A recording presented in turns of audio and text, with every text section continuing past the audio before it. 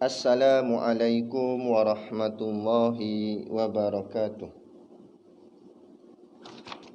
Ila hadrati Sayyidina wa Habibina wa Syafi'ina Muhammadin sallallahu alaihi wasallam, wa ila arwahi abaihi wa ikhwanihi minal anbiya'i wal mursalin, salawatullahi wa salamuhu alaihi wa alaihim ajma'in, wa ala ali kulli wa sahabati wal qarabati wa tabi'in wa tabi'it tabi'in bi ihsanin ila yaumiddin, wa ila arwahi walidina wa muallimina wa zawil huquqi alaina ajma'in, wa khususan ila hadrati Syekh Ibnu Aqil bisiril Fatihah. A'udzu billahi minasyaitonir rajim. Bismillahirrahmanirrahim. Alhamdulillahi rabbil alamin, arrahmanir rahim, maliki yaumiddin, iyyaka na'budu wa iyyaka nasta'in, ihdinas siratal mustaqim, siratal ladzina an'amta 'alaihim ghairil maghdubi 'alaihim waladdallin. Amin. Bismillahirrahmanirrahim. Alhamdulillahi rabbil alamin. Ashhadu an la ilaha illallah wahdahu la syarikalah, wa ashhadu anna sayyidana Muhammadan abduhu wa rasuluh. Allahumma salli wa sallim ala sayyidina Muhammad wa ala alihi wa sahbihi ajmain. Subhanaka la ilma lana illa ma 'allamtana innaka antal alimul hakim. Rabbi shrah li sadri wa yassir li amri wahlul 'uqdatam min lisani yafqahu qawli. Wala haula wala quwwata illa billahil aliyil azim. Amma ba'. Alhamdulillah, kita sambung lagi pengajian kitab kita, iaitu kitab Zadul Muta'allim, muka surat yang ke-16. Kita sambung sifat yang ke-7, yang ke-8 dan yang ke-9 insya-Allah. Qala al-muallifu rahimahullahu ta'ala wa nafa'ana wa iyyakum bi ulumihi fid daraini amin ya rabbal alamin. Kata pengarang kitab, 7 kudrah artinya kuasa, lawannya ajzu artinya lemah. Maka wajib kita percaya bahawa Allah itu berkuasa pada memperbuat tiap-tiap mungkin dan meninggalkannya. Yang ke-8, iradah artinya berkehendak, yakni menentukannya. Lawannya karahah artinya benci, yakni tiada menentukan.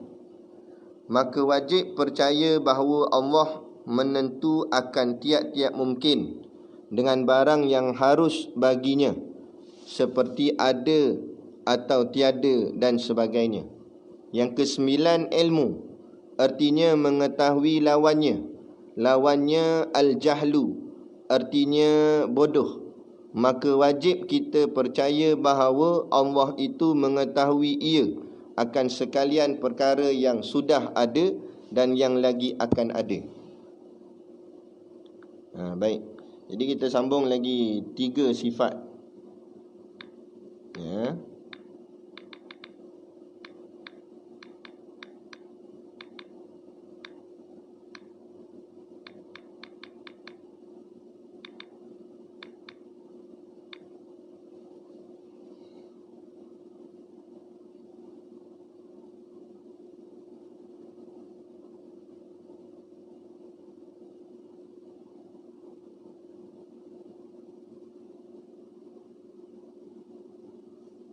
Okey.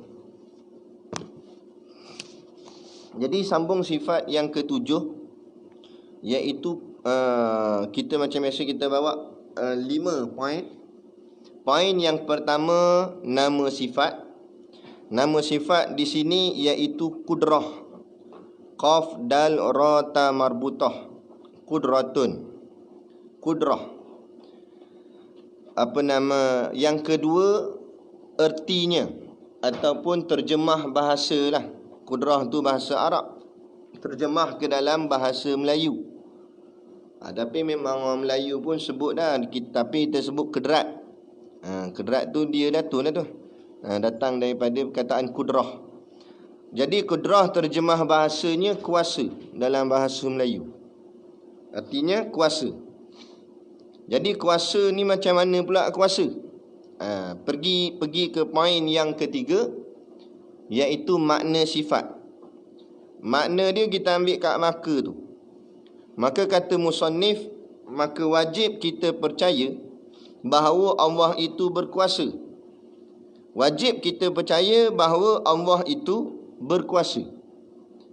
Cumanya perkataan berkuasa tu dalam kitab Baquratul Amani, ini tambahan. Dalam kitab Baquratul Amani karangan Pak Dael. Pak Dael dia tak guna perkataan berkuasa. Dia guna perkataan perkuasa. Perkataan beza.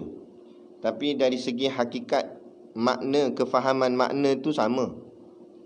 Cuma Pak Dael lebih mentahkikkan lagi. Kerana sekiranya dengan hanya kita pakai perkataan berkuasa, dengan perkataan ber ni, takut-takut kita salah faham. Ber tu maknanya dia datang kemudian. Contoh macam orang berlari, ataupun dia maksud dengan ber ni maknanya kadang-kadang dia buat, kadang-kadang tak buat. Contoh macam berlari. Berlari ni dia satu sifat yang mendatang. Maksudnya bukanlah sentiasa dia berlari. Ada masa dia berlari lah, ada masa dia tak berlari lah. Masa dia berlari panggil dia berlari. Tapi masa dia tak berlari, orang tak panggil dia berlari. Macam tu. Tapi kalau guna perkataan pelari, pelari ni dah menjadi sifat yang tetap pada satu orang tu. Kerana kerja dia memang berlari. Memang dah jadi kerja dia dah. Masa dia berlari pun memang orang panggil dia pelari. Masa dia tak berlari pun orang panggil juga dia ni pelari ni. Jadi situ tahqiq dia. Jadi qiyasnya pada perkataan ni jugalah. Jadi kata Pak Dael, Allah itu perkuasa. Maksud perkuasa, Allah tu sentiasa berkuasa. Tika mana pun sentiasa berkuasa. Adapun berkuasa, takut-takut orang salah faham bahawa Allah tu time dia kuasa, dia ada kuasa. Takut salah faham situ. Tapi walaupun dalam kitab-kitab akidah yang lain menggunakan perkataan berkuasa, tak jadi masalah asalkan makna kefahamannya bahawa Allah itu sentiasa berkuasa. Kita kena pegang. Begitu. Jadi wajib kita percaya bahawa Allah itu berkuasa pada apa dia? Kuasa tahu mana? Pada memperbuat tiap-tiap mungkin. Jadi baik. Kuasanya Allah Ta'ala itu memperbuat tiap-tiap mungkin dan meninggalkannya. Jadi kuasa Allah sama ada nak buat atau meninggalkan. Itu kuasa. Itu maksud berkuasa Allah Ta'ala tu apa dia? Kuasa Allah Ta'ala tu membuat atau meninggalkan. Memperbuat atau meninggalkan. Maksud memperbuat atau meninggalkan, mengadakan sesuatu yang tidak ada atau meniadakan sesuatu yang ada. Itu maksud dia. Okey, saya ulang. Jadi berkuasanya Allah Ta'ala itu artinya iaitu Allah memperbuat sesuatu atau meninggalkannya. Maksud memperbuat sesuatu atau meninggalkannya itu artinya Allah mengadakan sesuatu. Mengadakan tu artinya Allah mengadakan sesuatu yang asalnya tak ada kepada ada. Atau Allah meniadakan sesuatu yang ada kepada tiada. Benda tak ada jadi ada, ataupun benda ada jadi tak ada. Maka benda ada jadi tak ada, benda tak ada jadi ada ni, itu dipanggil memberi bekas. Itu dipanggil memberi bekas. Sebab tu kalau kita belajar dalam sifat, kita dah masuk sifat ma'ani lah ni, start kudrat ni dah masuk sifat ma'ani. Pada dalam kitab-kitab tauhid yang lain, bab ma'ani ni dihurai panjang. Kerana ma'ani dia ada takluk. Takluk ni Sifat tu jatuh pada siapa? Sifat tu kena pada siapa? Jadi sifat kuasa Allah Ta'ala ni kena pada makhluk. Sebab tu dia kata berkuasa pada memperbuat tiap-tiap mungkin. Mungkin tu nama lain bagi makhluk. Nanti kita bicara pula mungkin tu apa satu-satu. Tapi nak bagi faham dulu, kuasa Allah Ta'ala ni ke atas makhluknya, bukan ke atas dirinya. Saya ulang, kuasa Allah Ta'ala ke atas makhluknya, bukan ke atas dirinya. Okey. Kenapa kuasa Allah ke atas makhluk, tidak kuasa ke atas dirinya? Siapa boleh jawab? Kita nak tengok kefahaman. Soalan dia, kenapa kuasa Allah Ta'ala itu berkuasa ke atas makhluknya tetapi tidak berkuasa ke atas dirinya?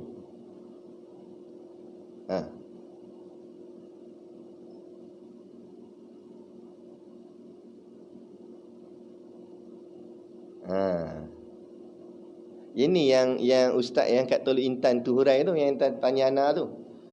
Dia kata Allah ada juga yang tak berkuasa.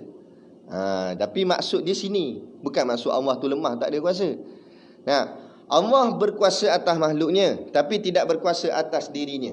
Kerana Allah sudah berkuasa. Jadi buat apa kuasa tu pada dia? Sebab kuasa ni atas benda yang tak ada kuasa. Faham tak? Contoh, selalu Ana bawa contoh ni. Gula itu sifatnya manis. Sekarang manis ni kita kiaskan dengan kuasa tadi tu untuk nak mudahkan kita faham. Jadi manisnya gula itu untuk memaniskan gula atau memaniskan sesuatu yang belum manis. Gula kita masukkan dalam air yang tawar, air kosong. Maka bila kita kacau, air tu jadi apa? Jadi manis. Sekarang ni sifat manis yang ada pada gula untuk memaniskan gula atau memaniskan air tawar tadi? Air tawar. Kenapa manis tak memaniskan gula? Kerana gula dah manis. Buat apa dia nak manis lagi? Jadi gula nak memaniskan air yang tidak manis ataupun sesuatu yang tidak manis, yakni air tawar tadi. Nah, barulah air tawar tadi terkesan dengan sifat manisnya gula, maka air tawar menjadi manis. Contoh kedua, lampu. Lampu itu bercahaya. Jadi lampu mengeluarkan cahaya. Cahaya lampu untuk lampu ke untuk yang gelap? Untuk yang gelap, bukan untuk dia. Bukan untuk lampu. Kenapa bukan untuk lampu? Kerana lampu dah cahaya dah. Buat apa dia nak cahaya lagi? Diri dia dah bercahaya. Tiba-tiba dia nak suluh dia. Ambil torchlight dengan torchlight suluh. Buat apa ni? Aku nak suluh cahaya. Bongok ni gila. Buat apa pergi suluh cahaya? Cahaya tu dah cahaya, nak suluh buat apa? Yang nak suluh ni benda tak ada cahaya. Mana tak ada cahaya? Tu gelap gelita kat semak tu, suluh situ sebab tu orang tak guna torchlight kat dalam tempat terang. Orang guna torchlight dalam tempat gelap. Orang tak pasang lampu waktu siang sebab dah terang. Buat pergi suluh lagi? Tu maksud. Jadi sama kias dengan ni. Balik soalan tadi. Kenapa Allah berkuasa ke atas makhluk, tidak berkuasa atas dirinya? Maka jawabnya, kerana Allah sudah berkuasa. Allah itu berkuasa. Jadi bila Allah berkuasa, buat apa Allah nak kuasa pada dia? Yang kuasanya Allah Ta'ala ni nak kepada yang tidak ada kuasa. Siapa tak ada kuasa? Makhluk. Sama macam cahaya dengan lampu tadi. Tapi bukanlah Allah dengan lampu tu sama. Tak, tu kias untuk memudahkan kita faham. Dalam istilahnya dipanggil majazi akli. Pinjam-pinjam cakap, kata Tok Guru. Tu. Jadi kuasa Allah ke atas makhluk yang tak ada kuasa. Jadi bila faham poin ni, soalan orang kita boleh jawab lah. Yang ulama kata sebagai soalan-soalan bid'ah. Contoh orang tanya, Allah berkuasa tak menjadikan anak untuknya? Nak jawab macam mana? Faham ni boleh jawab soalan. Allah berkuasa tak menjadikan anak untuk dia? Berkuasa tak? Dah tadi kata faham. Yang ni tak faham pula.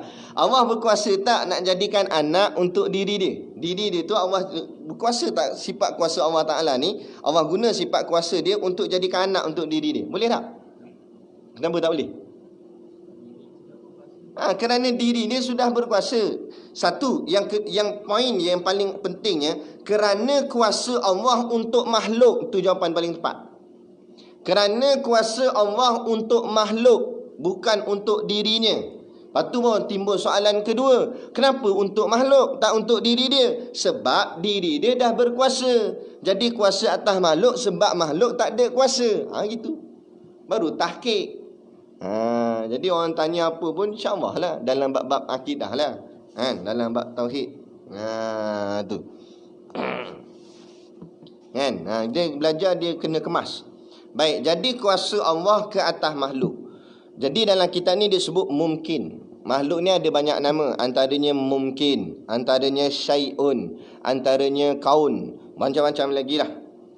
Tapi lain istilah, lain sesuatu yang nak diketengahkan.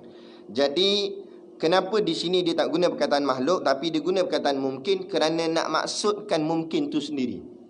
Mungkin ni maksudnya sesuatu yang boleh jadi ada, boleh jadi tak ada. Mungkin ada, mungkin tak ada.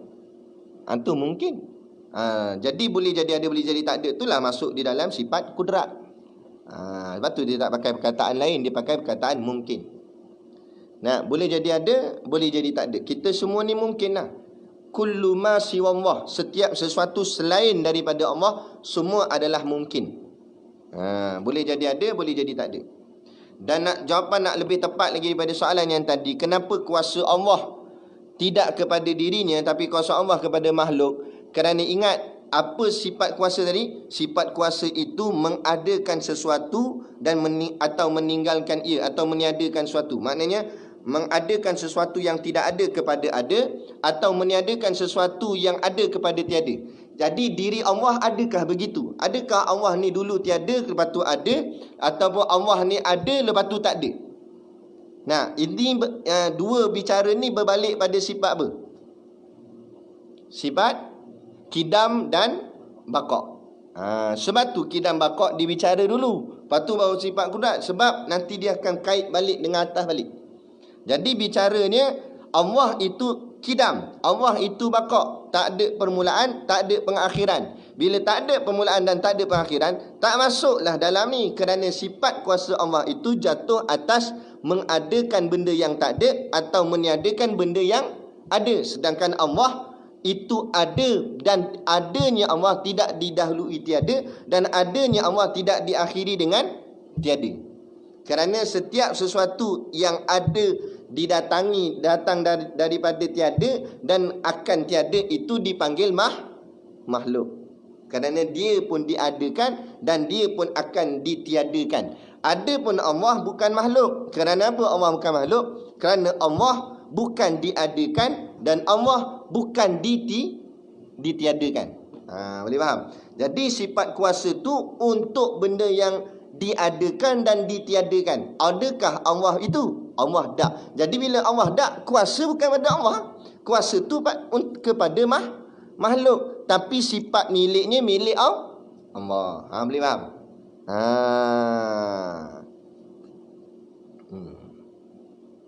Contoh lagi nak bagi mudah faham lagi. Seorang polis dia ada pistol. Pistol dia tu untuk tembak diri dia ke untuk tembak perompak? Tembak perompak dah kan, nak tembak diri dia. Bodoh lah. Dia ada pistol tembak diri dia. Sama tak?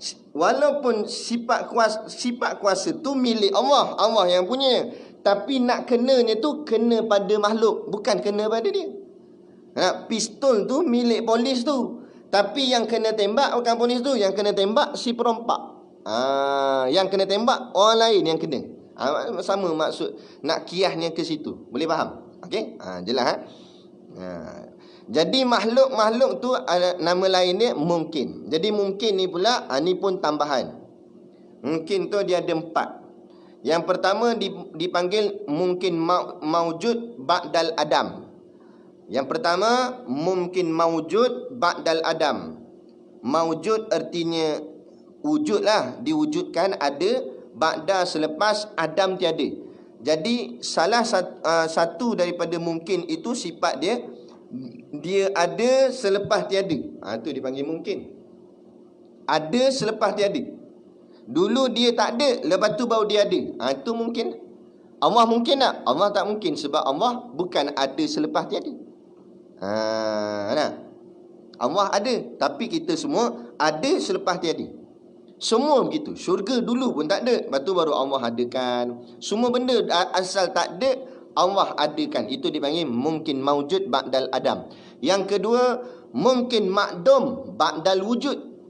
Lagi sifat mungkin. Mungkin maujud, mungkin makdum ba'dal wujud. Mungkin tiada selepas ada.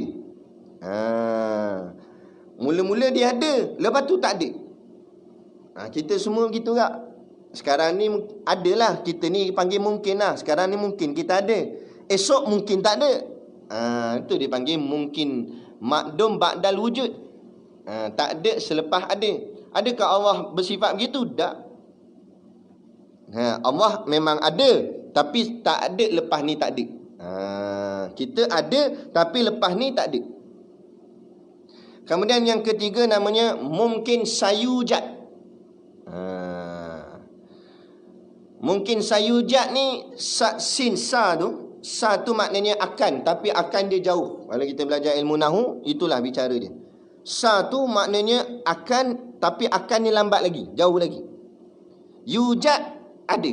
Jadi mungkin yang akan diwujudkan, tu maksud mungkin sayujat. Sesuatu yang akan diadakan oleh Allah Ta'ala. Contoh yang termasuk dalam mungkin sayujat ni bicara ulama', iaitu hari kiamat. Wabil akhiratihum yuqinun. Dan mereka-mereka orang yang beriman itu yakin dan percaya akan adanya hari akhirat. Kerana apa? Kerana hari akhirat tu sayujat. Sesuatu yang ada tapi lambat lagi, tak tahu, jauh lagi. Jadi dipanggil mungkin sayujat. Walaupun hari akhirat tu ada, tetapi adanya duduk dalam makna mungkin. Bila sebut duduk dalam makna mungkin, maknanya akhirat pun makhluk. Bila makhluk, dia termasuk di dalam boleh jadi ada, boleh jadi tak ada. Pergantungan kepada kudrat Allah Ta'ala, kuasa Allah Ta'ala. Jadi orang tanya, Allah berkuasa tak membatalkan hari akhirat? Jawapannya, berkuasa.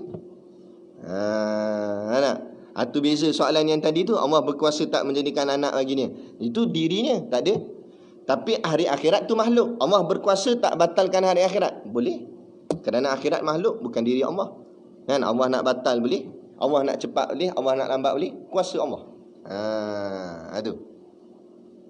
Itu bicara hukum akal. Tapi bicara hukum fiqah, bila sebut hari akhirat, kita letak hukum apa? Dia ada 5 taklifi kan? Wajib, sunat, harus, makruh, haram. Jadi kalau hukum fiqah nak kata apa? Wajib. Kenapa wajib? Fiqah rujuk dia apa? Rujukan dia Quran, hadis, ijma', qiyas. Jadi empat ni kata akhirat tu macam mana? Quran kata akhirat ada tak? Ada. Hadis kata ada. Ijma' kata ada. Qiyas kata ada. Jadi bila empat kata ada, kita kata wajib ada. Tapi wajib ada tu hukum syarak. Pada hukum akal nak kata apa? Hukum akal ada 3 je. Wajib, mustahil, harus. Harus. Sebab apa jadi harus? Sebab dia duduk dalam mungkin. Faham? Boleh nak?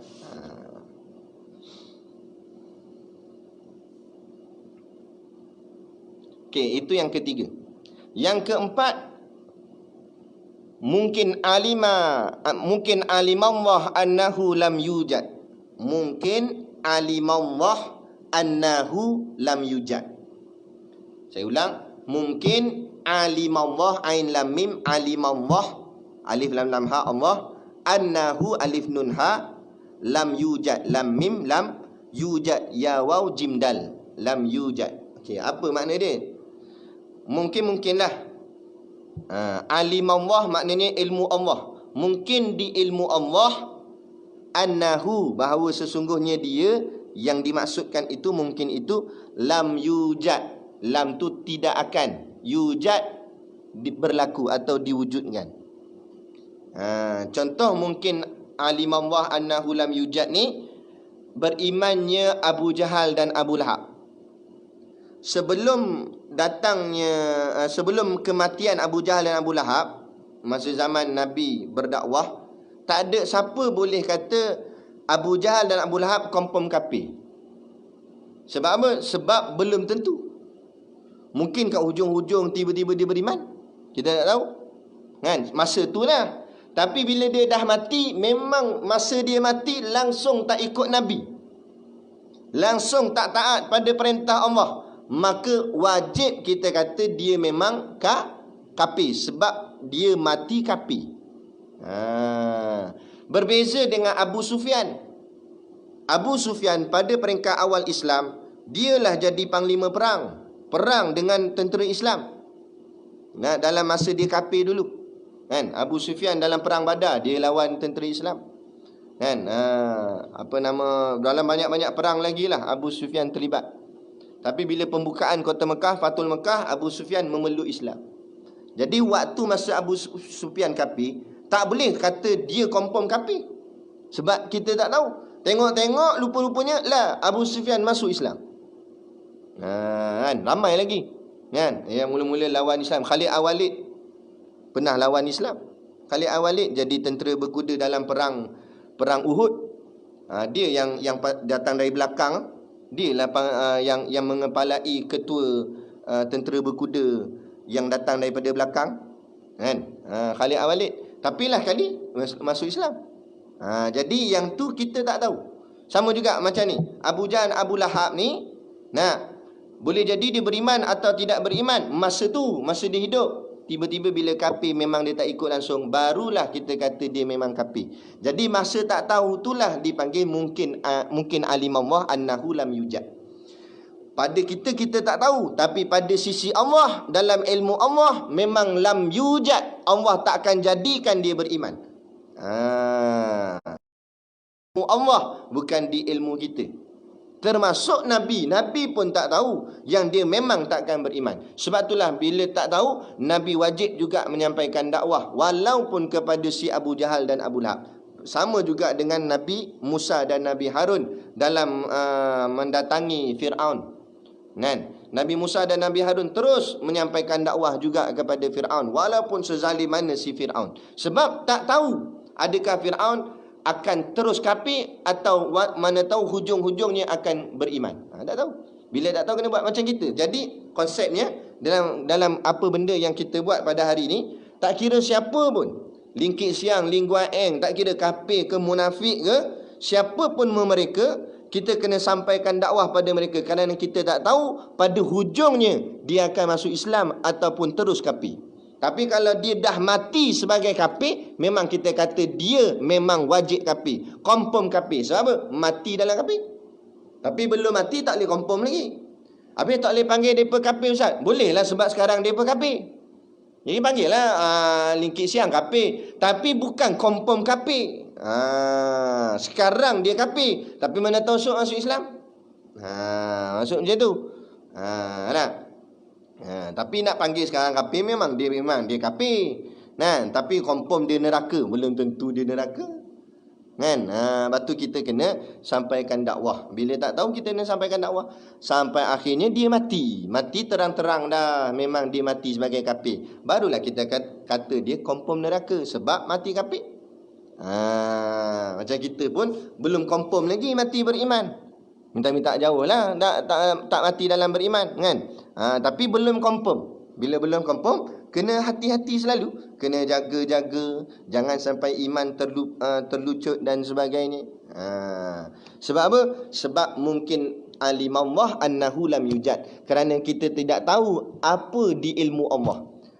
Pada ilmu Allah, Allah tahu belaka dah apa yang berlaku ke atas setiap mungkin ini, makhluk ni. Pada kita tidak tahu. Bila tak tahu, kita kena buat berlandaskan hukum syarak. Apa syarak kata boleh, kita buat. Apa syarak kata tak boleh, jangan buat. Okey, jelas tak? Boleh faham setakat ni? Jadi itu makna kudrat. Kemudian yang keempat, lawan kudrat. Lawannya ajzu, ain jim zai, ajzu. Makna ajzu tu artinya lemah. Suatu kalau perasan perkataan mukjizat asalnya ajzu, diambil daripada ajzu. Cuma ditambah mim kat depan dan ditambah ta marbutah di belakang. Jadi mukjizatun, mukjizah. Asalnya ajzu, lemah. Kenapa mukjizat tu maksud mukjizat melemahkan? Kenapa mukjizat tu maksud melemahkan? Melemahkan kebatilan atau melemahkan keyakinan, kepercayaan manusia yang sesat. Lepas tu Allah hantar tongkat Nabi Musa jadi ular. Jadi ular tu melemahkan ular-ular ahli sihir yang lain. Ular tu melemahkan hujah Fir'aun dengan ahli-ahli sihir ni. Tu dipanggil mukjizat. Dia melemahkan. Melemahkan apa? Melemahkan musuh-musuh agama, musuh-musuh Islam. Quran mukjizat. Mukjizat Nabi Muhammad SAW. Maka Quran itu melemahkan hujah-hujah yang lain. Bila Quran tu melemahkan hujah-hujah yang lain, artinya Quran tu lemah ke kuat? Kuat lah. Sebab yang kuat boleh melemahkan yang lain. Tu maksud mukjizat. Itu. Okey, baik. Selesai yang keempat, lawan dia. Yang kelima, dalil. Dalil kudrat. Dalil dia macam biasa lah, bawa masing-masing lah. Cuba Syami. Ada 3 orang, ada 3 sifat, seorang satu. Syami dulu, kudrat. Apa dalil kudrat? Bawa poin yang macam Ana ajar dulu. Kalau lepas tu letak perkataan lawan dia. Jadi apa statement dia? Kalau Allah lemah, Allah tak berkuasa. Tak berkuasa apa? Tak berkuasa lah jadi alam. Tiba-tiba kita tengok alam ni ada. Kalau alam ni ada, takkan Allah lemah, kan? Kalau orang lemah tak jadi lah nak buat apa tak jadi. Nak buat lemah, sakit, pening kepala, tak boleh buat kuliah. Jadi tengok tak boleh buat kuliah tu mendalilkan dia tu lemah sebab dia tak sihat. Macam tu. Tiba-tiba tengok dia buat kuliah, cergah pula, siap tepuk meja pula. Itu menjadi dalil dia kuat, dia tidak lemah. Walaupun dia tak kata dia kuat, tapi kita tengok tu macam ni. Walaupun kita tak nampak macam mana, tapi kita tengok alam ni ada. Takkan alam ni ada tanda Allah lemah? Alam ni adalah tanda Allah kuat, Allah berkuasa. Jadi kalau Allah lemah, tak jadilah alam ni semua. Dia gitu. Boleh? Selesai. Yang ketujuh. Gini. Sifat yang ke-8. Balik 5 poin. Yang pertama nama. Nama dia iradah. Kemudian poin yang kedua terjemah. Bahasa. Iradah artinya berkehendak. Terjemahnya berkehendak. Yakni menentukan tu nanti dulu. Ambil dulu berkehendak je. Terjemahnya berkehendak. Kemudian yang ketiga, makna dia. Berkehendak, kehendak macam mana? Yang tu kita nak tengok. Apa makna berkehendak tu? Jadi makna berkehendak, kita tengok kat maka wajib tu. Maka wajib percaya bahawa Allah menentu akan tiap-tiap mungkin dengan barang yang harus baginya seperti ada atau tiada dan sebagainya. Jadi wajib kita percaya bahawa Allah itu berkehendak. Maksud berkehendak di sini menentukan. Itu membezakan antara berkehendak kita dengan berkehendak Allah. Kan? Macam tadi lah berkuasa, ta'aluk dia taksir, memberi bekas. Maksud memberi bekas boleh jadi boleh bagi ada benda tak ada, boleh bagi tak ada benda ada. Adapun kita zahir kita sebut, mulut kita cakap manusia ada kuasa tak? Kan? Tu macam polis, pihak berkuasa dan sebagainya, dia kata. Tapi kuasa dia tak boleh memberi bekas makhluk. Maksud kuasa makhluk tak boleh bagi bekas, makhluk tak boleh bagi ada benda yang tak ada, makhluk tak boleh bagi tak ada benda yang ada. Benda tu tak ada, tiba-tiba kita buat bagi ada, boleh? Kita makan nasi. Nasi daripada mana? Beras. Beras kita boleh buat? Walaupun namanya kilang beras, tapi bukan dia buat beras, dia proses beras.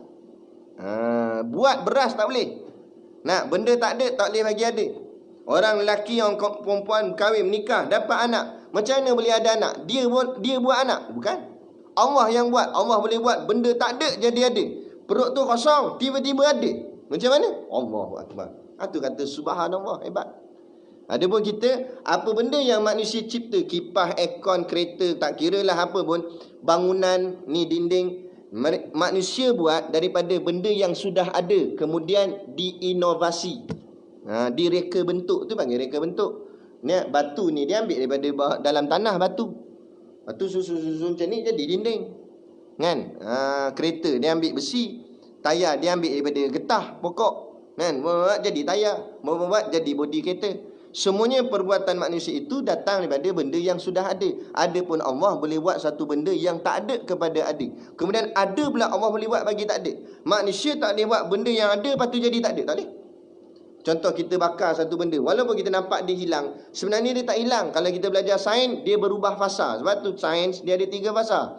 Fasa pepejal, fasa cecair, fasa wap, fasa cecair.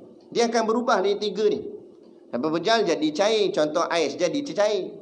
Dia tak boleh hilang. Dia sentiasa ada, cuma dia berubah bentuk. Tu manusia. Tapi Allah boleh buat hilang terus tak ada. Itu balik kepada kuasa tadi. Ni balik ke iradat balik, kehendak. Jadi sama tak? Ta'alluq iradat itu, ta'alluq kehendak itu menentukan. Inilah membezakan kehendak makhluk dengan kehendak Allah. Kehendak Allah menentukan. Kehendak makhluk tidak boleh menentukan. Kita belajar nak alim, kita nak alim, tapi boleh confirm ke dengan belajar alim? Tak. Ada orang belajar tapi tak dapat alim. Tapi kehendak Allah, kalau Allah nak dia alim, walaupun dia tak belajar, dia jadi alim. Contoh, kan? Itu kehendak Allah menentukan. Kehendak kita tak boleh menentukan, boleh kehendak je lah. Kita semua orang makan sebab nak kenyang. Kita jadi kehendak kita makan sebab nak kenyang. Tapi Allah boleh buat makan tak kenyang. Sebab bukan kita menentukan kenyang, tak boleh kita tentukan kenyang. Yang menentukan Allah.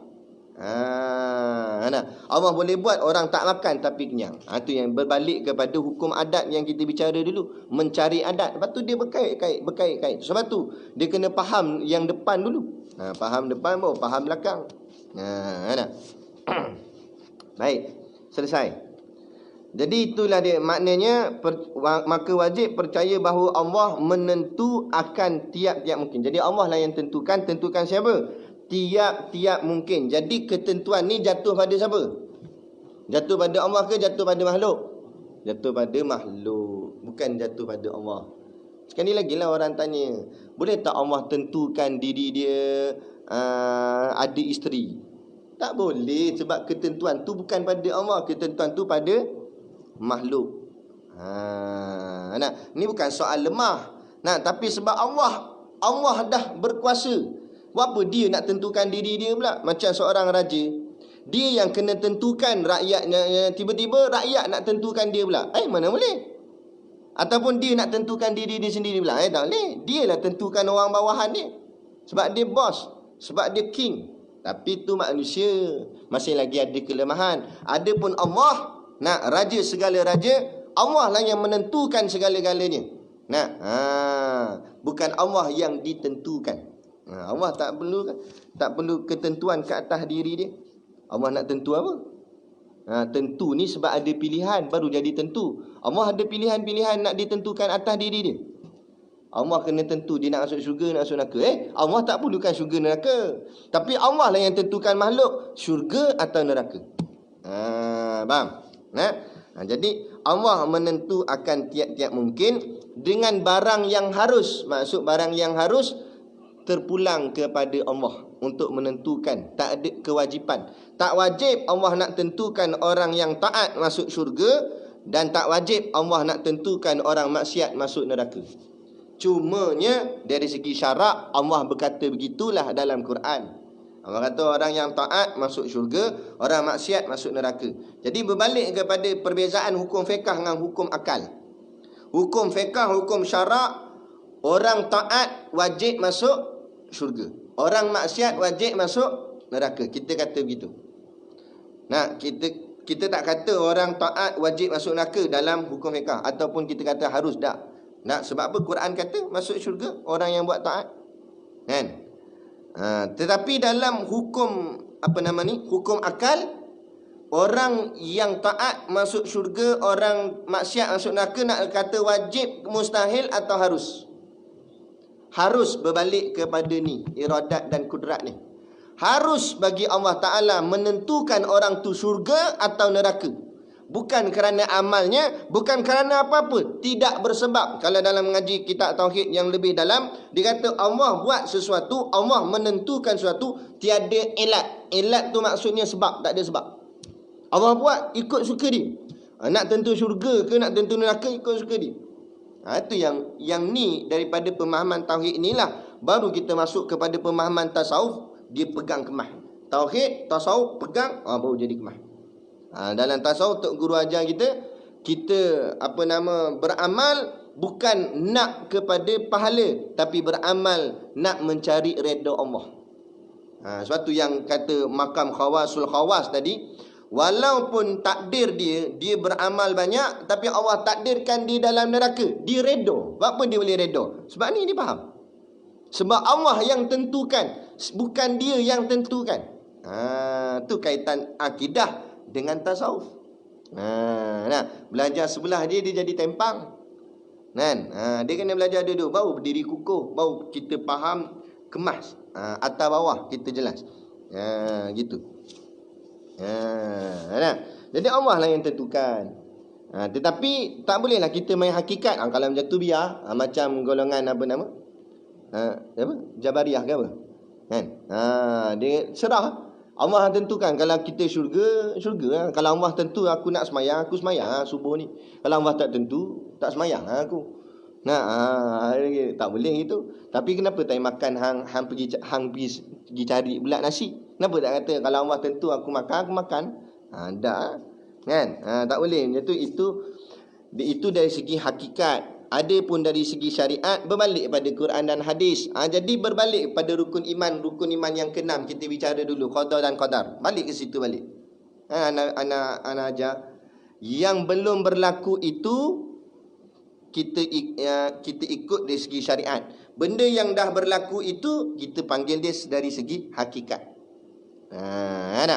Jadi apa yang dah berlaku start daripada saat ni sampai yang ke belakang-belakang, maghrib tadi, asar, zuhur tadi, subuh, dan semalam, kemarin tahun lepas, bila puluh tahun yang lepas, yang belakang-belakang ni semua hakikat. Bila hakikat itu sudah dalam ketentuan Allah, tak boleh ubah. Memang tak boleh ubah pun. Mana boleh kita ubah benda yang dah ke belakang? Walaupun ke belakang tu saat yang lalu, tak boleh ubah. Cuma kalau kita silap, kita tak boleh ubah, tapi boleh perbetulkan. Maksud kita tersilap cakap, nak patah balik, rewind balik, nak silap cakap tu tak boleh. Tapi dah tersilap cakap, kita perbetulkan je lah. Macam yang Tok Guru sebut tu, Menteri Kesihatan tersilap cakap. Dia kata saya tersilap, bukan salah Google, saya yang tersilap, dia kata. Mengaku kesilapan, memperbetulkan. Tapi nak patah balik tak boleh. Sebab apa? Sebab dia barang dah ditentukan Allah sejak azali lagi. Tapi benda yang belum berlaku, kita ukur dengan ukuran syariat. Ukuran Quran, hadis, ijma', qiyas. Quran kata boleh, kita buat. Quran kata tak boleh, jangan buat. Itu kita berlandaskan syariat. Jangan salah. Kan? Ni dia terbalik. Yang ke depan, yang ke belakang dia letak syariat. Kan? Yang dah lepas dihukumkan orang bersalah. Kan? Hang dah buat salah dulu, mampulah hang, mampu pergi neraka lah hang. Benda dah lepas, diukur dengan syariat. Nampak? Ada pun benda yang ke depan diukur dengan hakikat. Apa? Kan? Allah yang mengenyangkan, bukan nasi yang mengenyangkan. Kalau Allah nak tentu kenyang, walaupun tak makan nasi tetap akan kenyang. Benda hang kena makan lah, tu syariat. Jangan pakai hakikat benda yang belum berlaku. Kan? Dia begitu. Melainkan golongan yang memang makam tinggi ahlul hakikah sungguh. Cakap ni bukan cakap saja, memang jadi sungguh. Kan? Macam ada seorang tu tok guru cerita. Dia letak buah kelapa atas simen. Tu anak murid dia tanya, tok guru buat apa ni? Buah kelapa atas simen ni. Aku tanam pokok kelapa lah, dia kata. Tanam pokok kelapa letak atas simen. Macam mana nak tumbuh? Nak tumbuh pokok kelapa, tok guru, kena tanam kat tanah. Kata tok guru dia, bukan tanah yang menumbuhkan, bukan simen yang menumbuhkan. Yang menumbuhkan Allah. Atas simen ke atas tanah, kalau Allah nak tumbuh, tumbuh. Tu ahlul hakikah. Cakapnya bukan sebarangan cakap. Cakapnya keyakinan dia bulat betul-betul. Itu makam tinggi. Lama-lama tengok-tengok memang tumbuh sungguh. Keluar pucuk buah kelapa atas simen. Tumbuh. Nak kita cuba tengok. Nak tumbuh-tumbuh. Sebab apa? Sebab bukan kita ahlinya. Tu. Yang tu lain lah. Kan? Yang tu memang itu dah termasuk dalam golongan mursyid. Kan? Orang macam ni tak ada sebarangan orang. Sikit-sikit je. Ini yang banyak ni cakap saja. Kan? Konon-konon jadi ahli hakikat, padahal tak ada. Baik. Jadi yang tu, menentu akan tiap-tiap mungkin dengan barang yang harus baginya, seperti ada atau tiada dan sebagainya. Seperti Allah nak tentukan ada atau Allah nak tentukan tiada atau sebagainya. Terpulang pada Allah lah. Itu atas ketentuan Allah. Itu iradat. Kemudian yang terakhir, yang ketiga, sifat ilmu. Ilmu. Okay, jadi kita bawa dah habis kan tadi? Lawan dia. Yang keempat, lawan dia iradat tadi karahah. Karahah ni asal makna benci lah. Artinya benci. Memang benci pun. Makna benci yang tiada, yakni tiada menentukan. Kalau Allah benci, takkan jadi pula. Allah tak nak buat, tiba-tiba jadi juga. Maknanya Allah kena paksa. Kan? Macam kita malas masuk kelas. Kita bencilah, katalah contoh benci masuk kelas. Nah, tapi masuk juga dalam kelas tu dengan muka masam. Maknanya apa? Maknanya kena paksa. Dia buat benda yang dia tak suka. Jadi bila dia kena paksa, maknanya dia tak boleh tentukan diri dia. Dia kena sekat, dia kena kongkong. Jadi kalau Allah itu, ni balik kepada yang kelima, poin yang kelima, iaitu dalil. Kalau Allah itu karahah ni, benci. Kalau Allah tu tak suka benda yang dia buat, habis maknanya Allah, tapi benda tu jadi juga, maknanya Allah kena paksa. Kalau Allah kena paksa, siapa yang paksa Allah? Faham? Contoh kejadian iblis, penciptaan iblis. Allah benci ke suka iblis tu jadi jahat? Soalan. Allah suka iblis tu jadi jahat. Sebab apa? Sebab Allah yang tentukan iblis jadi jahat. Kalau Allah benci iblis tu jadi jahat, kan? Maknanya iblis tu jadi jahat terpaksa. Allah tak nak dia jadi jahat, tiba-tiba dia jadi juga. Maknanya Allah tak boleh tentukan lah. Maknanya iblis ada kuasa untuk tentukan diri dia sendiri. Jadi lemahlah Allah, tak boleh kontrol benda yang dia cipta. Jadi iblis tu jadi jahat, Allah yang tentukan dia jadi jahat. Bila Allah yang tentukan dia jahat, Allah suka. Memang Allah suka iblis tu jadi jahat. Yang Allah tak suka, kita ikut iblis.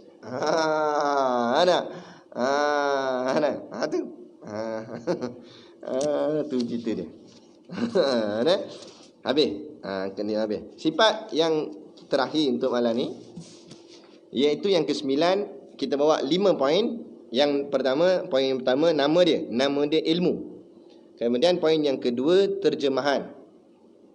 Terjemah bahasa. Artinya ilmu tu semua tahulah, mengetahui. Ilmu tu tahu. Kemudian yang ketiga, makna dia. Makna dia kita ambil bawah tu. Dia kata, maka wajib kita percaya bahawa Allah itu mengetahui. Wajib kita percaya bahawa Allah tu tahu. Apa yang Allah tahu? Mengetahui ia akan sekalian perkara yang sudah ada dan yang lagi akan ada. Maksud dia, wajib kita percaya bahawa Allah tahu benda yang ada dan benda yang akan ada. Benda yang sudah ada dan benda yang akan ada. Benda yang ke belakang dan benda yang ke depan. Allah tahu belaka. Yang dulu-dulu ni semua Allah tahu. Kemudian yang lepas-lepas ni pun Allah tahu. Allah tahu dah siapa ahli syurga, siapa ahli neraka. Allah tahu dah. Allah tahu dah nama kita ni dalam senarai ahli syurga atau ahli neraka. Allah tahu dah. Bila Allah tahu dah tu kita kena takut tau. Sebab Allah je tahu, yang lain tak tahu. Bila Allah je yang tahu, kita yang kena bodek Allah tu. Puja Allah. Takut-takutlah nama kita duduk dalam senarai neraka tu. Kita takut dalam pengetahuan Allah. Kan?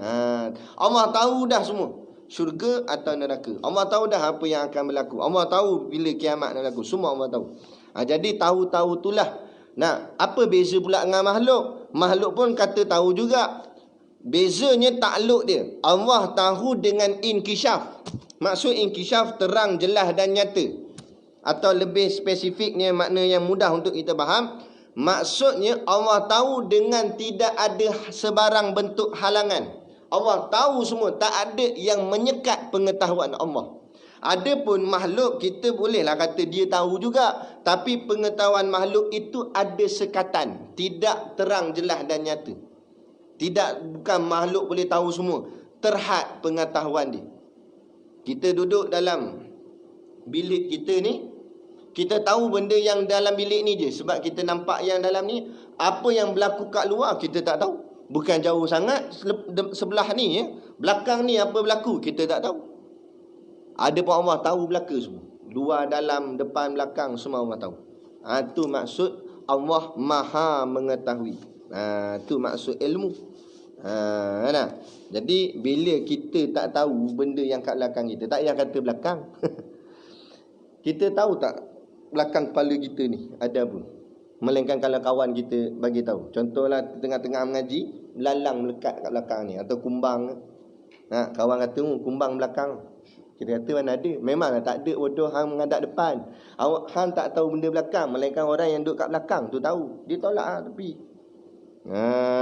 Kita lemahnya kita, badan kita sendiri tapi belah belakang kita tak tahu. Lemahnya kita. Dia kalau dah tahu lemah, jangan rasa hebatlah. Lepas tu bila kita tahu kita lemah, baru kita nampak Allah yang maha hebat, Allah yang maha mengetahui segalanya, semuanya Allah. Yang ni yang menjadikan kita jadi kenal Allah, tahqiq. Ini yang dipanggil ma'rifah. Tu. Jadi selesai. Belum. Lawan dia. Jadi lawan dia al-jahlu. Al-jahlu takkan ni tahu dah jahlu. Artinya bodoh. Nanti dia tulis bodoh. Dia kata tak boleh cakap bodoh. Dalam kitab tulis bodoh. Al-jahlu artinya bodoh.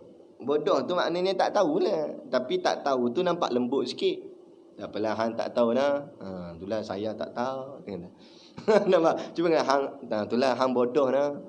Takkan dia kata saya bodoh. Dia kata hang bodoh. Nak padahal samalah bodoh dengan tak tahu bodoh. Samalah tu. Kan? Ngaku je lah kita bodoh sebab kita tak tahu. Tak tahu ni, tak tahu tu. Dan apa yang kita tahu pula? Tu kita baca dalam tu. Subhanaka la ilma lana illa ma 'allamtana innaka antal alimul hakim. Maha suci engkau ya Allah. Subhanaka la ilma lana, kami tidak mempunyai pengetahuan illa ma 'allamtana, selain dari apa yang engkau ajarkan kepada kami. Ingat, apa yang kita tahu ni pun hakikat kita tak tahu. Dah kita tahu sebab Allah yang ajarkan pada kita. Allah yang tolong bagi tahu kat kita. Itu pun sebab Allah tolong. Kalau Allah tak tolong bagi tahu, hakikat kita cerdik bodoh. Pegang situ. Ini rasa diri pandai sendiri, cerdik. Tu yang jadi masalah. Ngaji macam mana? Orang sebab tu kita kata, selalu anda cakap dalam kuliah Majid Surau, tujuan kita mengaji nak jadi pandai ke nak jadi bodoh? Anda tanya. Kan? Inilah poin dia. Tujuan kita mengaji nak jadi bodoh. Maksud nak jadi bodoh, lagi mengaji lagi nampak bodohnya diri kita. Mana? Ni lagi kenal siapa diri lemah. Bila nampak diri kita lemah, baru nampak Allah yang maha hebat, Allah yang maha kuat. Selagi mana tak nampak diri ni lemah, nampak diri ni hebat, diri ni pandai, diri ni cerdik, selagi itulah kita tak akan nampak Allah yang maha cerdik, Allah yang maha hebat. Sebab kita nampak diri kita. Itulah namanya sifat anani, sifat keakuan, membesarkan diri. Ini yang Allah murka, masuk neraka. Sebab kesombongan, nampak dirinya yang hebat. Padahal diri dia kerdil, lemah. Tak cukup dengan tu Allah buat pula alam ni besar, kita kecil. Bongkak lagi. Lainlah kalau Allah buat kita besar, alam kecil. Kita besar, bumi kecil. Boleh nak belagak agak. Dah Allah buat kita kecil, bumi ni besar, alam ni besar, langit ni besar. Sombong lagi. Nak. Pandang-pandang pun tak kena corona ni kata. Sombong lagi. Rumah dia yang besar, kalau Allah kata nak runtuh, runtuh tak? Ranak tak? Dia masuk dalam tu. Kalau Allah nak buat. Lepas tu jangan cakap besar. Kita kecil je. Jadi biar kenal diri. Betul lah, bila orang tak mengaji ilmu tauhid, maka dia tak kenal diri dia. Bila tak kenal diri dia, tak kenal Tuhan dia. Bila tak kenal Tuhan dia, dia melawan akan Tuhannya sendiri. Dah bila lawan Tuhan, duduk syurga ke neraka? Duduk dalam neraka lah. Tu. Baik, jadi kita berhenti sini. Semuanya sedikit tambahan. Tiga-tiga sifat ni membuktikan bahawa Allah menjadikan alam. Kerana kalau salah satunya tak ada, maka alam ni pasti tak ada. Itu huraian ulama. Contoh kata Tok Guru, kita ambil tiga ni, kudrat, iradat, ilmu. Kudrat tu maksudnya kuasa untuk buat, iradat kehendak nak buat, ilmu pengetahuan nak buat. Tok Guru buat contoh masak nasi.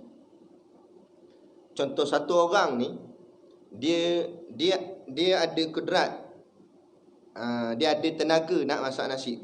Dia kata Tok Guru riang, dia ada kekuatan untuk nak masak nasi, angkat periuk boleh, semua boleh. Kemudian dia ada kehendak nak masak nasi sebab dia lapar perut, dia nak makan nasi. Cuma dia tak ada yang ketiga, pengetahuan macam mana nak masak nasi. Dia tak pandai masak nasi. Maka jadi tak nasi? Tak jadi nasi, jadi bubur. Tu kawan pula makan bubur. Sedapnya bubur. Dia kata memang aku nak buat bubur pun. Padahal dia salah. Nampak? Dia nak menang tak? Tu tak jadi nasi. Ataupun dia ada tenaga nak masak nasi, dan dia pandai masak nasi, champion dia masak nasi, pejam mata jadi nasi, masak nasi dia. Tapi yang kedua ni dia tak ada, iaitu dia tak ada kehendak masak nasi. Sebab dia kenyang, dia tak teringin nak masak nasi. Sebab apa? Dia bukan nak makan pun. Maka jadi tak nasi? Tak jadi juga. Ataupun yang ketiga, dia ada kehendak nak makan nasi, dia lapar, dia pandai masak nasi, tetapi dia demam, tak sihat, terlantar ke atas katil, tak ada tenaga untuk bangun nak masak nasi. Maka jadi tak nasi? Jadi tak? Kita ngajar budak tafi, dia kata jadi Ustaz. Macam mana jadi? Dia suruh kawan dia masak. Aku cakap dia. Dia nak kona budak-budak ni. Tak jadi. Jadi alam macam tu juga. Kita kiaskan nasi dengan alam. Maka alam ni jadi kerana Allah ada kedrat, ada iradat dan ada ilmu. Kalau Allah tak ada kedrat, Allah tak ada kuasa untuk buat alam, walaupun Allah ada kehendak dan ada pengetahuan, maka takkan jadi alam. Begitu jugalah yang lain-lain juga. Jadi begitulah.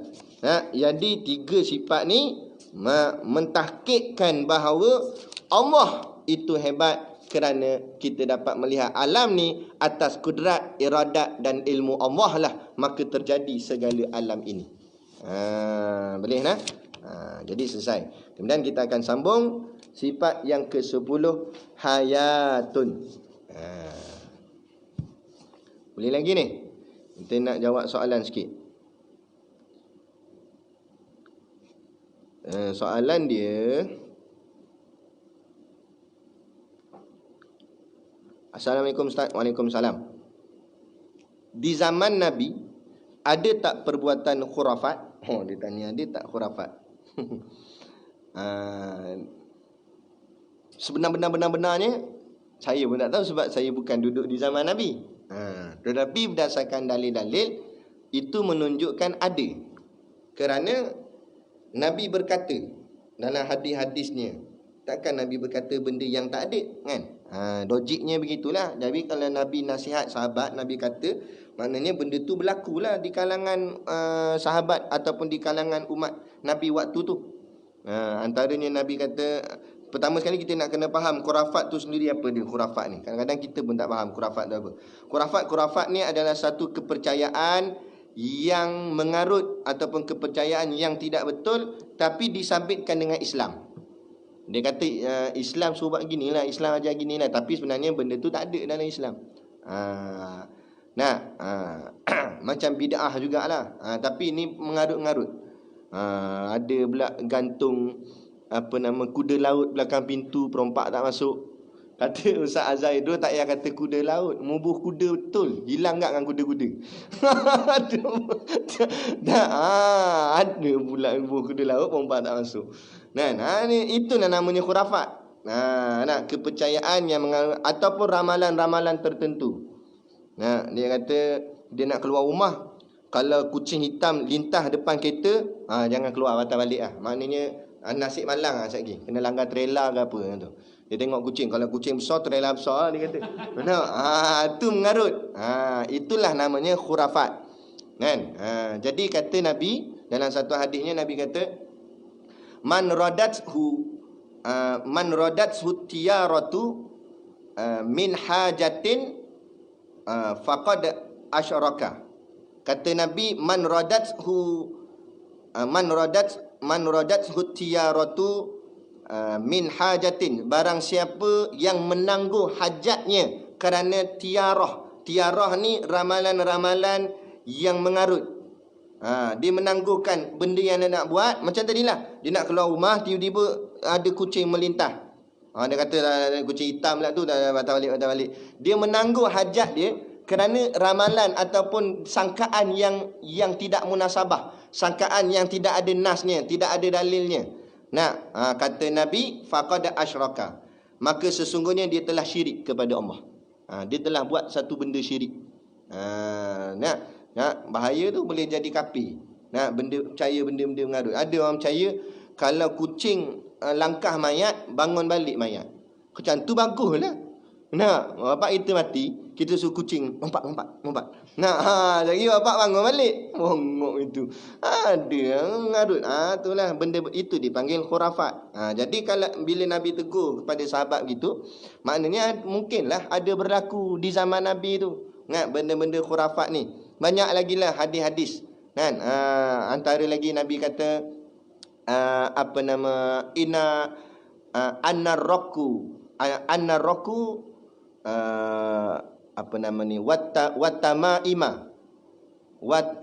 watamaima lagi watiwalata.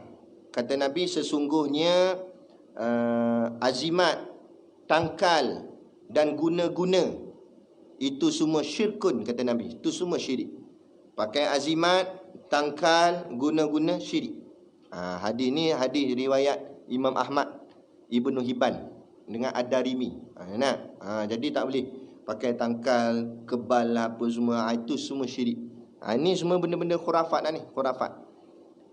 Dia ada kat khurafat yang sampai membawa syirik, ada khurafat yang tak sampai membawa syirik tapi mengarut lah. Jadi seelok-eloknya tinggal barang-barang khurafat. Dalam hadis yang lain lagi Nabi kata, wala ta'tu bi buhtanin taftarunahu baina aidikum wa arjulikum, dan janganlah kamu mengada-adakan kebohongan di antara tangan dan kaki kalian. Jangan buat-buat benda-benda yang bohong, benda-benda mengarut yang tidak ada asasnya, kamu pandai-pandai reka. Tidak ada. Melainkan macam ulama ajar benda fadilat-fadilat amal, walaupun tak ada sebut totok-totok dalam hadis, tapi ulama kata baik baca ayat ni, baik baca ayat ni. Ayat tu, baca ayat mana pun dalam Quran, walaupun tidak ada dalil khas, tetapi semua ayat Quran memang semua baik. Itu tak apa. Itu tak masuk dalam khurafat. Tapi yang khurafatnya tampal ayat 1000 dinar belakang pintu kedai supaya kedai laku. Itu baru khurafat. Yang betulnya ayat 1000 dinar tu diamalkan, dibaca setiap kali buka kedai, baca. Moga-moga Allah berkati perniagaan. Tu cara, bukan dengan tampal. Kalau tampal, baik tampal ke dahi. Bila orang nak beli tengok 1000 dinar kat dahi. Nampak? Tu. Jadi itu. Kemudian lagi soalan seterusnya. Soalan yang kedua, Orang tanya, Assalamualaikum, Waalaikumsalam, Haman ni orang kata dia cerdas, tapi ana tak tahu siapa Haman ni. Kalau tengok dalam YouTube, dia duduk zaman Fir'aun. Haman mana pula ana? Dia ada di zaman Fir'aun, ada satu orang nama dia Haman. Haman ni penasihat. Dia ni Perdana Menteri, dipanggil wazir. Kalau bahasa Arab panggil wazir. Perdana Menteri kepada Raja Fir'aun. Sebab dia ada raja, kemudian ada Perdana Menteri. Macam negara kita lah, ada sultan, ada Perdana Menteri. Jadi yang raja tu Fir'aun, Perdana Menteri dia Haman. Haman ni lah, apa-apa pun dia lah nasihat raja ni, Fir'aun ni. Dia bodek kuat dengan Fir'aun ni. Jadi ada dalam satu hadis, an Abdillah bin Amri an Nabi sallallahu alaihi wasallam, daripada Abdullah bin Amri, daripada Nabi sallallahu alaihi wasallam, kata Nabi, annahu zakara salata yauman, satu hari Nabi berbicara tentang solat. Faqala, Nabi kata, man hafaza alaiha, siapa yang menjaga solat, kanat lahu nuran, maka baginya dia akan dapat cahaya. Wa burhanan, dia dapat hujah, dalil ataupun bukti yang kuat untuk menyelamatkan dia nanti di hari akhirat. Wa najatan yaumal qiyamah, najah tu artinya kemenangan, dan dia akan mendapat kemenangan di hari kiamat. Wa man lam yuhafiz alaiha, adapun siapa yang tak jaga solat, kata Nabi, lam yakun lahu nurun, dan maka dia tidak akan dapat cahaya. Wala burhanun, dan tak akan dapat segala hujah, bukti. Wala wala najatun, dan tidak dapat sebarang bentuk kemenangan nanti di hari kiamat. Wa kana yaumal qiyamah, adapun dia di hari kiamat, ma'a Qaruna, dia akan dibangkitkan bersama Qarun, wa Fir'aun, wa Hamanun, wa Ubay ibni Khalaf. Dia akan dibangkitkan dengan 4 orang. Siapa yang tak jaga solat, dia akan bangkit dengan Qarun, dia akan bangkit dengan Fir'aun, dia akan bangkit dengan Haman, dia akan bangkit dengan Ubay ibni Khalaf. Kenapa 4 orang ni Nabi sebut? Apa kaitannya dengan solat? Kalau tengok pada sifat keempat-empat ni, kesamaan mereka adalah 2 perkara, jawatan dan kekayaan. Qarun kekayaan, hartanya yang terlampau banyak, sampai dia lalai dengan perintah Allah, lalai dengan taat kepada perintah Allah. Kemudian Fir'aun, tahta kerajaan dia pun menyebabkan kelalaiannya kepada taat kepada Allah, sujud kepada Allah, tak ada. Dia tak ikut Allah dan Rasul. Yang keempat, Haman pun tahta dia kerana pangkat jawatan dia. Dan yang keempat, yang terakhir, Ubay ibni Khalaf. Ubay ibni Khalaf ni hidup di zaman Nabi. Dia ni seorang yang jutawan, orang kaya di zaman Nabi. Tapi dia dengan kekayaan dia tu, dia menghina-hina Rasulullah, menghina-hina orang Islam. Maka maknanya orang yang tak jaga solat ini adalah kerana dia sibuk dengan dunianya. Sibuknya dunia tu dengan 2, dengan jawatannya atau dengan kekayaannya. Maka layaklah dia dibangkitkan dengan orang juga yang sibuk dengan dunianya, iaitu si Qarun, si Fir'aun, si Haman, dengan si Ubay ibni Khalaf. Maka hati-hati kita, jangan sampai mengabaikan solat, takut-takut bangkit dengan mereka 4 orang ni. Buat apa bangkit dengan dia, kan? Tak ada guna. Jadi itulah sedikit sebanyak yang dapat kita kongsi dan kita pelajari pada malam ini. Moga-moga memberi manfaat kepada kita bersama dan menambahkan keyakinan dan keimanan kita kepada Allah Subhanahu wa taala, dan menguatkan lagi ketaatan dan kerinduan kita kepada baginda Nabi sallallahu alaihi wasallam. Jadi sekadar tu, wabillahi taufik wal hidayah. Wassalamualaikum warahmatullahi wabarakatuh. A'udzubillahi minasyaitonirrajim. Bismillahirrahmanirrahim. Alhamdulillahirabbil alamin. Wassalatu wassalamu ala asyrafil anbiya'i wal mursalin sayyidina Muhammad wa ala alihi wa sahbihi ajma'in. Allahumma taqabbal minna salatana wa du'aana innaka antas samiul alim wa tub alaina innaka antat tawwabur rahim. Allahumma ja'al dinana dinan nabi Muhammadin sallallahu alaihi wasallam wa islamana islamal muslimin wa imanana imanal mu'minin wa salatana salatal khashiin wa a'malana a'malas salihin wa niyatana niyatal mukhlisin wa dhunubana ya Allah dhunubal mustaghfirin wa hayatana hayatal ulama wa mautana bimautis syuhada wa adkhilal jannata ma'al anbiya'i alaihi wassalatu wassalam. Rabbana atina fid dunya hasanah wa fil akhirati hasanah wa qina adzaban nar wa qina adzaban nar wa qina adzaban nar. Wa sallallahu ala khairi khalqihi sayyidina Muhammad wa ala alihi washabihi wasallam. Subhana rabbika rabbil izzati amma yasifun. Salamun alal mursalin walhamdulillahi rabbil alamin. Amin ya rabbal alamin. Taqabbalallahu minna wa minkum. Takbir.